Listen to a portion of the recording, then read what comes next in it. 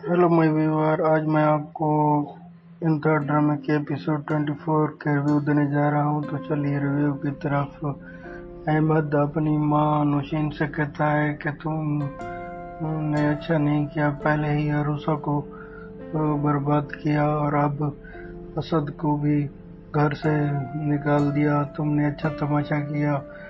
और उसकी माँ उसे कह दिया, अहमद तुम क्या कह रहे हो। और उसके बाद असमा आंटी को दिखाया जाता है जो बहुत परेशान होती है और वो असद के बारे में सोच रही होती है। असद 2 दिन से घर नहीं आया होता और वो फोन कॉल पे कॉल कर रही होती है। इधर अहमद आ जाता है और उसे तसल्लियां देता है कि आंटी ये असद आ जाएगा। और उसके बाद अस्पताल का माहौल दिखाया जाता है जहाँ रूसा बहुत अपनी माँ को लिए बहुत परेशान होती है और रूसा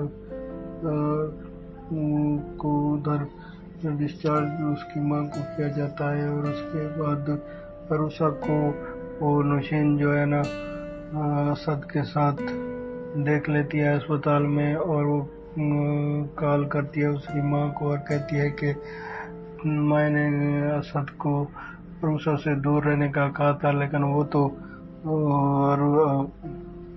असद के पल्ले पड़ गई है। मैंने उसे आप भी देखा है। तो वो कहती है, उसकी माँ कहती है कि वो तो कई दिनों से अस्पताल में है, आप क्या कह रही हो।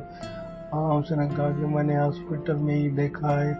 तो इसके बाद उसकी माँ ये सदमा लिए उसकी डेथ हो जाती है और उषा बहुत गमज़दा होती है और असद को कॉल करती है कि आओ देखो मेरी माँ को क्या हो गया। तो वो अस्पताल में ले जाते हैं और कुछ देर के बाद इनकी माँ की डेड बॉडी दिखाई जाती है और वो लोग डेथ सर्टिफिकेट देते हैं और असद हाथ में डेथ सर्टिफिकेट पकड़े रूसा अस्पताल के बाहर बेंच पर आ जाता है और रूसा बहुत परेशान और रो रही होती है और असद उसे तसल्लियां दे रहा होता है कि ये आपका बहुत बड़ा सदमा है, मैं आपको ये तो नहीं कह सकता, लेकिन आप तसल्ली रखें, आप इत्मीनान रखें, क्योंकि ये अल्लाह की तरफ से होता है, इंसान बेबस होता है और इस पे कुछ नहीं कर सकता। आप अपनी माँ के लिए दुआ करें। और तो इस तरह से तसल्लियां देता है और कहता है कि अब तो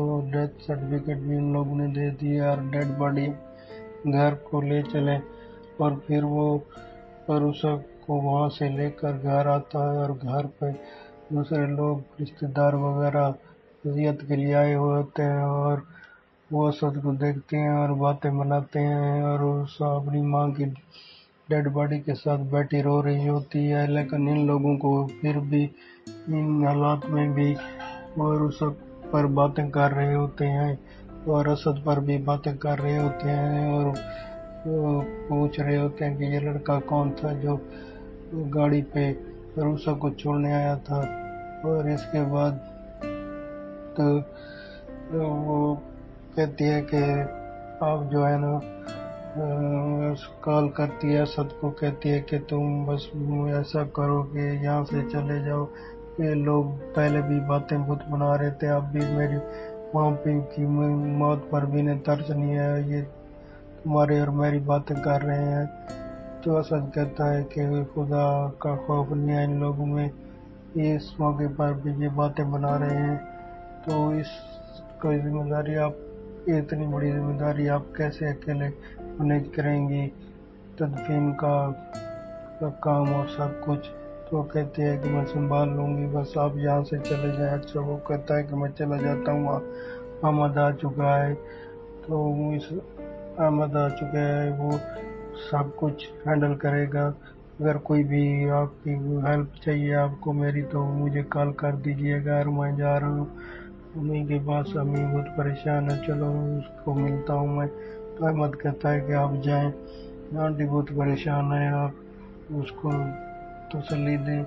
और उसके बाद असद घर चला जाता है और अपनी माँ को परेशान पाता है और उसकी माँ परेशान होती है और इसे देखकर ऐसी नज़रों से देखती है कि वो भी खुद परेशान हो जाता है। और उसके बाद वो गुस्से से अपने रूम में चला जाता है और इसके बाद उसकी माँ भी वहाँ आ जाती है और कहती है कि असद ये तुम क्या कर रहे हो, नवीद के साथ इतना झगड़ा होने के बावजूद भी تم یہ کر رہے ہو؟ تو وہ کہتے تھے ماں اس وقت عروسہ کو میں اس حالت میں نہیں چھوڑ سکتا تھا، کیونکہ عروسہ کی ماں کی ڈیتھ ہو گئی تھی اور وہ اکیلی رہ گئی ہے، اور میری وجہ سے سب کچھ ہو رہا ہے، اس کے ساتھ بدنامی سب کچھ میری وجہ سے ہو رہا ہے، اور اب میں کیا کروں؟ یہ سب کچھ دیکھ کر اس کی ماں اسے تسلی دیتی ہے اور کہتی ہے کہ نہیں، تیری وجہ سے نہیں ہے، تم اپنے آپ کو تسلی دو اور یہ سب کچھ چھوڑو۔ اور وہ کہتی ہے کہ تم نے اگر عروسہ کے ساتھ اچھی ہوتی تو عروسہ کو ملنے جاتی اور وہاں پر تعزیت کے لیے جاتی اور اس کے سر پر ہاتھ پھیرتی۔ تو یہ سب کچھ دیکھ کر اس کی ماں حیران ہوتی ہے اور کہتی ہے کہ نوید پہلے سے ہی آپ کے ساتھ لڑا ہوا ہے۔ زینب اور نوید بھی اسد پر باتیں کر رہے ہوتے ہیں۔ زینب کہتی ہے اگر اس اسد کا رشتہ اس عروسہ کے ساتھ ہو گیا تو آپ کیا کرو گے؟ تو وہ کہتا ہے کہ میں اسد کو اس گھر میں ہرگز داخل نہیں ہونے دوں گا۔ تو پھر وہ کہتی ہے اس پہ بھی گھر پہ بھی اسد کا حق ہے، اگر وہ آگے بھی گیا تو پھر تم کیا کرو گے؟ تو وہ کہتا ہے کہ میں یہ گھر چھوڑ کر چلا جاؤں گا، ان سب لوگوں کے ساتھ تعلق ختم کر دوں گا۔ تو وہ دل میں خوش ہوتی ہے، اس کا بھی یہی پلان تھا اور اس کی ماں کا بھی کہ نوید علیحدہ گھر میں رہے۔ تو اس کے بعد عروسہ کے گھر کو دکھایا جاتا ہے، سب لوگ عروسہ پہ باتیں کر رہے ہوتے ہیں، عروسہ رو رہی ہوتی ہے اور عروسہ کی ماں کی تدفین کر دی جاتی ہے، عروسہ پر باتیں کر رہے ہوتے ہیں اور اسد عروسہ کے بارے میں بہت پریشان ہوتا ہے اور اپنی ماں کو رو رو کر کہتا ہے کہ آپ نے اچھا نہیں کیا ماما، آپ کچھ لمحے کے لیے عروسہ کے پاس آ جاتی اور اس سے تدفین کر لیتی تو عروسہ کا دل خوش ہو جاتا اور اس کے ہاتھ پہ سر پہ ہاتھ رکھتی تو میرا بھی دل خوش ہو جاتا اور عروسہ بھی کو تسلی ہو جاتی۔